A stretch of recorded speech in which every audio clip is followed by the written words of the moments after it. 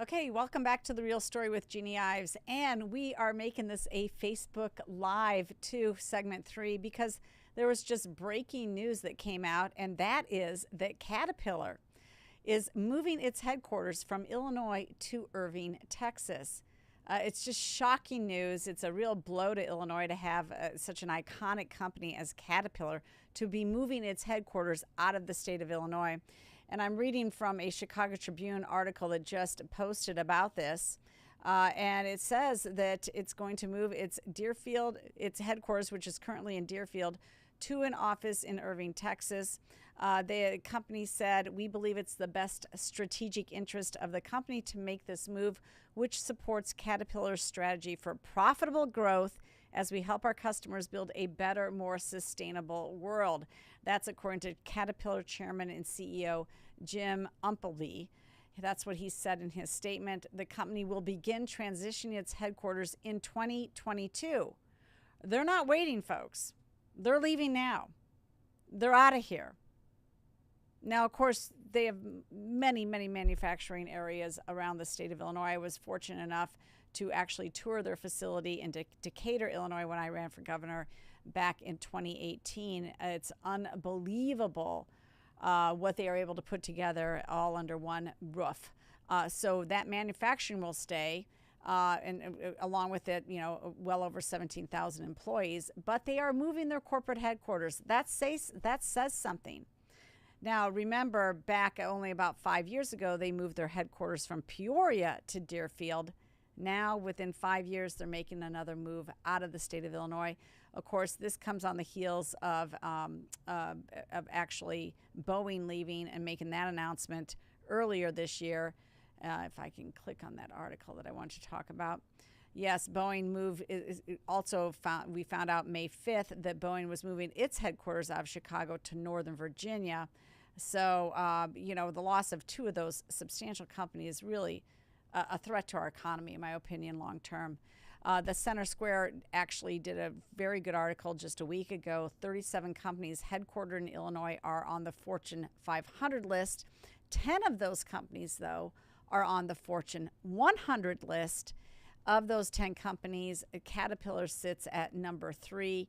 And overall, across the United States, they sit as 62. They're the 62 most profitable, not profitable, but companies with the largest revenue at over $53 billion in revenue a year.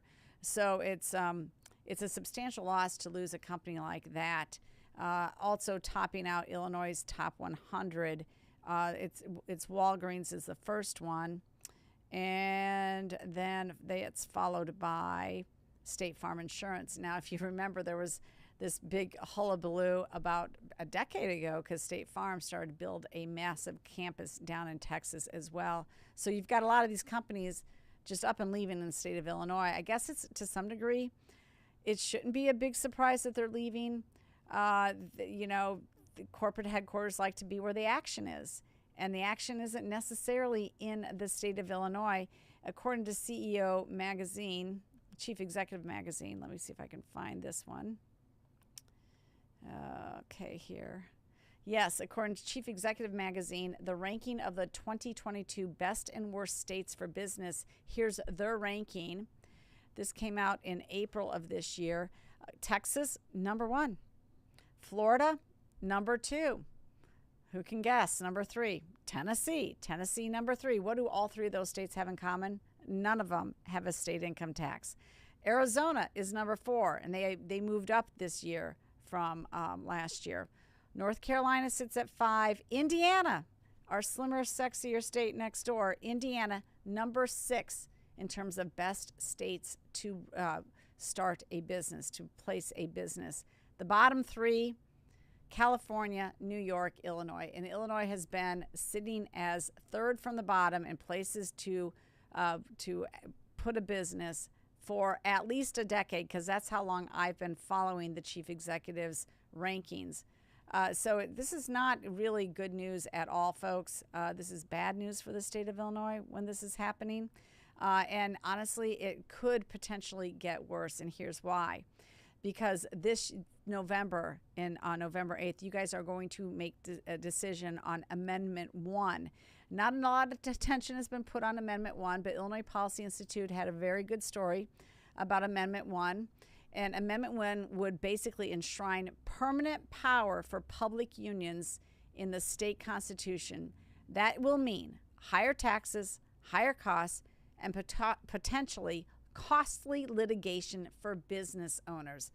So maybe they're moving out ahead of this. Maybe they see the writing on the wall in Illinois. I hope not, because we have a huge primary coming up in 2 weeks in the governor's race on the Republican side, and we have a huge referendum on the state of the state, the trend that is going to be Illinois' future for a generation to come in November. What is going to happen? We need to take a stand here. The Illinois Policy article goes on to talk again about Illinois' business climate, and in this case, they look at the Tax Foundation's tax climate rankings, and currently right now, Illinois' ranking is number 36 on the Tax Foundation's state business climate ranking, and that is down from 2017 at being at number 26. Now we're number 36. And of course, Indiana is, of course, number 9 in their ranking. Michigan's 12, Missouri's 13, Kentucky 18, Wisconsin 27. Iowa did come just below us at 38. That may change, in my opinion, though, based on the fact that Iowa now has gone to a flat tax instead of a progressive income tax, the opposite of what Governor Pritzker wanted us to do, and their flat tax is now lower than our highest flat tax. So, businesses is shifting. It's not a good sign that Caterpillar is leaving the state of Illinois. I just wanted to come out and talk to you live about this and let you know what's going on as you guys make further decisions on what to do in these important elections in 2022. So thanks for joining me on The Real Story with Jeanne Ives. We're closing out segment 3, and thanks for joining me on a Facebook Live.